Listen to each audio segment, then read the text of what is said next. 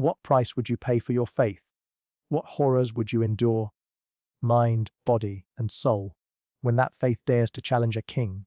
In 1546 England, under Henry V's ruthless reign, one woman's courage ignited a blaze of rebellion. Anne Askew, just 25 years old, was dragged into the darkest chambers of torture, not as a faceless heretic, but as a woman targeted and humiliated in a brutal display of cruelty. She was the first woman to be racked in England's Tower of London. Her limbs stretched to grotesque limits, her strength pushed beyond endurance, every measure designed to break her will and strip her of dignity. But Anne Askew refused to yield, even as her torment echoed through the cold stones. Her screams were defiance, her silence a rebellion. If you dare to uncover the harrowing truth of one of history's most brutal martyrs, and stay with us. Anne Askew, the woman who defied a king and reshaped the meaning of torture. Subscribe and share your thoughts in the comments.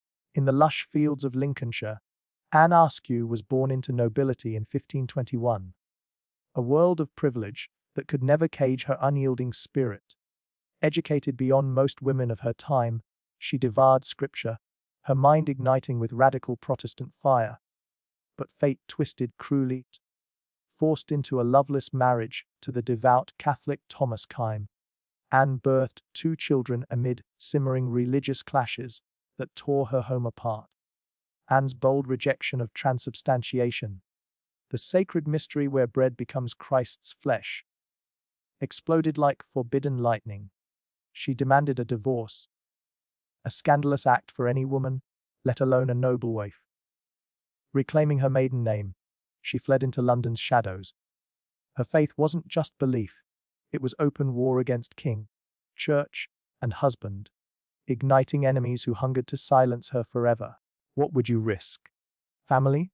Home? Everything, for a truth that burns inside? Drop your answer in the comments below. Did Anne's fire begin as rebellion or destiny? And subscribe to uncover how this spark erupts into unimaginable horror.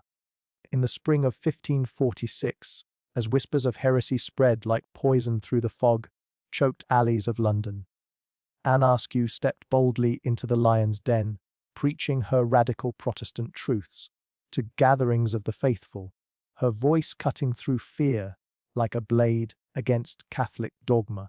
But the shadows closed in swiftly. On March 10th, under the brutal 6 Articles Act, city aldermen seized her without warning and dragged the 25-year-old noblewoman into the icy grip of the counter prison, a notorious warren of damp stone cells where despair clung to every surface. There, in that suffocating darkness, Anne faced her first harsh interrogation by Edmund Bonner, the iron-fisted Bishop of London, who pressed her relentlessly about transubstantiation, demanding she affirm the miracle of bread becoming Christ's flesh. A claim she rejected with scripture on her lips, refusing to recant even as the cold of captivity settled deeper into her bones. For 12 grueling days she endured isolation, scraps for food, faint flickers of light, and unending silence, until her cousin Britain secured her release after Bonner's furious examinations failed to break her spirit. Yet freedom proved a cruel illusion. Anne emerged even more resolute, her faith burning like a controlled inferno that drew her back to hidden Protestant circles, where whispers of her courage drifted toward the royal court itself.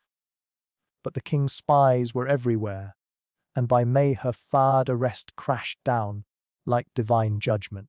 Hauled before the Privy Council at Greenwich, then shuttled between Newgate and Sadler's Hall, she endured 2 relentless days of questioning by Stephen Gardiner, John Dudley, and Sir William Paget, who hurled threats and sought names of fellow believers, especially the women tied to Queen Catherine, Parr's evangelical circle, whose convictions unsettled the conservative faction circling Henry V's throne. Anne's responses were poetry of steel, scripture quoted with calm precision, doctrine challenged without trembling. Her noble birth and sharp intellect frustrated her interrogators, who saw in her not merely a theological rebel, but a woman daring to defy a world that demanded her silence. Imprisoned once more for 11 days in total isolation, her strength eroded, but her resolve sharpened. She guarded secrets that could endanger others, even as rumours drifted through the darkness. Rumours of a transfer to the Tower of London and the severe measures awaiting those who refused to yield. The authorities hungered for confessions, but Anne's resolve hardened into something unbreakable. What would you say under such relentless pressure, with family and life hanging by a thread? Drop your answer in the comments. And if Anne's iron will grips your soul, hit like and subscribe for the next chapter, where the tower's shadows test courage beyond imagination. On June 29, 1546, the gates of the Tower of London opened with a grim finality, echoing like a warning across the stone courtyard as Anne Askew was led inside. Only 25 years old, she had already become a fierce symbol of Protestant defiance, her sharp mind and unyielding convictions drawing the ire of Henry VIII's conservative councillors. By royal order, she entered those infamous chambers not as a criminal but as a threat, someone whose refusal to bend could disrupt the fragile balance of England's religious turmoil. Inside the tower's shadowed rooms, Anne faced the full force of political ambition disguised as interrogation. Chancellor Thomas Wriothesley and Sir Richard Rich, among the king's most unsparing enforcers, took charge of her questioning, determined to extract names that could implicate Queen Catherine Parr and her reform-minded circle. Every demand they made carried the weight of potential treason, and every refusal from Anne deepened their resolve. The atmosphere crackled with a tension born not only of power but of the dangerous game being played at the highest levels of the court. As the pressure mounted, Anne endured what few in England, let alone a woman, had ever been subjected to in the Tower. Yet through every moment of pain and every attempt to force her compliance, she held firm.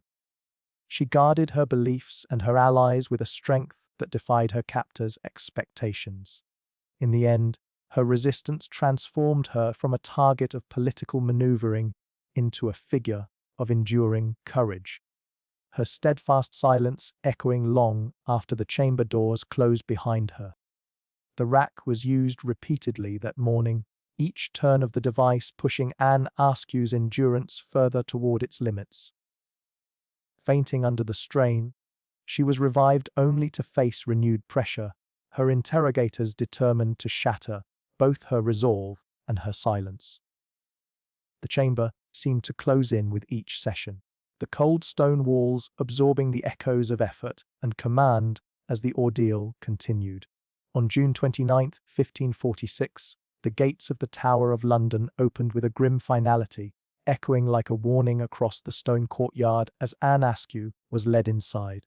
Only 25 years old, she had already become a fierce symbol of Protestant defiance, her sharp mind and unyielding convictions drawing the ire of Henry VIII's conservative councillors.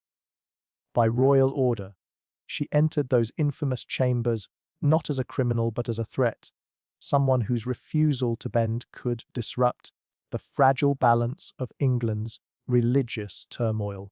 Lieutenant Anthony Knevet, witnessing the extremity of their actions, refused to continue after the second round. Appalled by the unprecedented severity inflicted on a woman, he chose to leave the chamber rather than be complicit, later seeking the king's pardon for his defiance. Meanwhile, Anne was left on the cold floor for hours, her strength drained, but her convictions undiminished as guards urged her to recant in hopes of saving her from the fate that awaited her. Despite everything, Anne's spirit remained unbroken. She later recorded her experiences in her examinations, describing the pressures brought against her and the political motives underlying them. Her words revealed how the pursuit of confessions had become entangled with fear, factional conflict, and the desire to quell outspoken religious reformers. Within the tower, whispers grew that her treatment signaled not justice, but a calculated effort to silence a movement at a moment when the court itself trembled with uncertainty. If Anne Askew's unimaginable horrors, the rack's savage grip on her exposed body, the sexualized shame of her thin shift torn away in that chamber of predators, have gripped your soul and left you breathless, then drop AIMA-ZMG or SOKMG in the comments right now to let us know this story hit you hard.